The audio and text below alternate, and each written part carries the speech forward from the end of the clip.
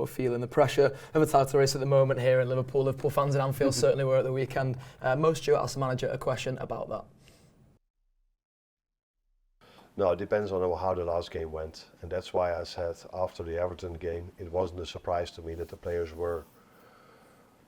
they weren't tired, but they were more tired than they maybe were in previous games, because the Everton game, the way that game went, all the things that happened during that game, and then especially in the last 8 minutes, that costs a lot of energy for everyone that was involved.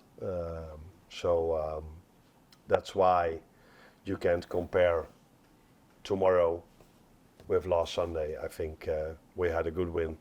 We didn't play our best football, but to go away with a win gives us different reaction than after the Everton game, where we eventually conceded in the last second with so many things happening. That probably was the reason why we were not that much, and not everyone, because I think if I had only one or two players in my mind that looked a bit exhausted, the rest didn't. Yeah, this another interesting one from the manager and from Mo, really, Abby, because it's definitely been one of the things that, like, I've been a little bit worried about is this idea of like how pressure is going to affect, you know, not only the players but us as fans, as I mentioned into the segue there. Like, the players and the more experienced players are going to be the ones who help get us through, and that's what we were saying about Endo in the first part there. But you know, there's still going to be things that happen in games, like the Everton game is something that you can't really account for. As you know, all those refereeing decisions going against you, and then their centre half smashing it into the top corner. Like, there's going to be those fine margins in games. It's more about how you recover from them now, and hopefully the Wolves one at the weekend, just, you know, getting that over the line is a huge boost going into what's another massive week for the Reds now. Yeah, I think when it was 2-1 going towards the end of the game, I was thinking if this ends another 2-2, that's going to absolutely beat us up mentally, me included in that, because I have never felt that sick. The fact that we didn't even have a shot on target in that second half was a bit of a second half was horrible. It was so awful. Bad. That's probably the worst I've felt at Anfield for a really long time. And the fact that everyone in the ground, you could feel everyone was feeling it. Everyone around me was completely silent. I was way too hungover for that shit. We were all just sat there like, oh my God, this is it. This is when it's all going to start to fall. And it didn't. We managed to grind the game out, and like we've just spoke about, like the likes of Endo were able to help us to do that. Obviously winning the foul as well, stuff like that just gets you over the line, and that's when you sort of felt the crowd pick up a little bit. But it's that mentality of being able to recover from a game like Everton, because I didn't. Like, I woke up the next day and was like, this is going to affect me for a very, very long time. Shell shocked. I was shell shocked. I was like, if I feel like this, God knows how Mo Salah feels and the rest of them feel. But they were able to pick themselves back up, and they started off that game against Wolves quite lively. And normally we see it quite a controlled first half, and the second half we pick up a little bit, but we didn't really do it that way. I don't know if we just needed that boost in the first half to be like, see, we are title contenders, you know, touch wood, you know, just one of those performances. But I think it is just a whole mental health thing, and Slot's so honest with these players, and so, like, I don't know how to describe it.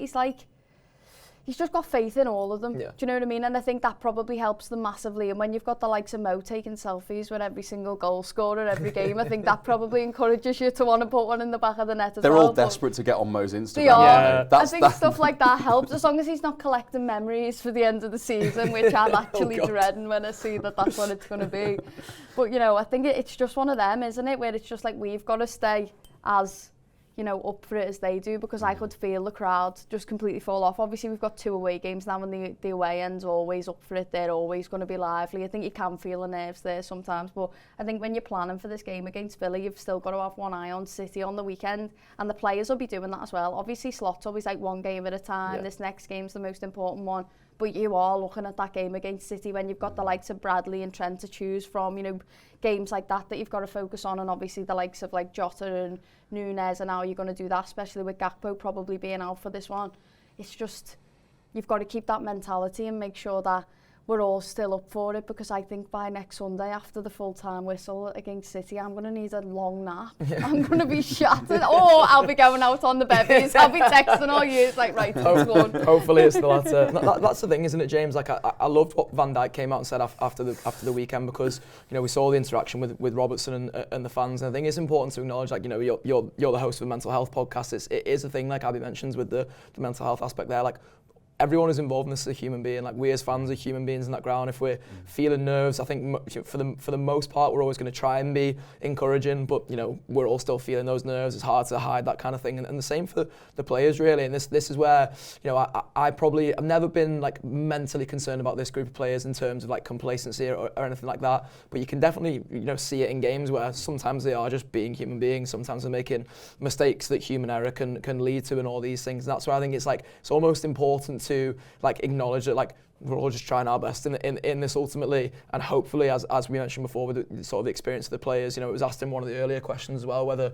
the likes of Alisson, Salah, Van Dijk, who've all been there and done it before, whether that almost muscle memory then and the learnt experience of being in these high pressure situations can be the thing that gets you through those moments of nerves. I think it's partly that. I think it's partly having those players that have done it before, players that you can rely on, players that can put an arm around you in the dressing room when you've had a shit game.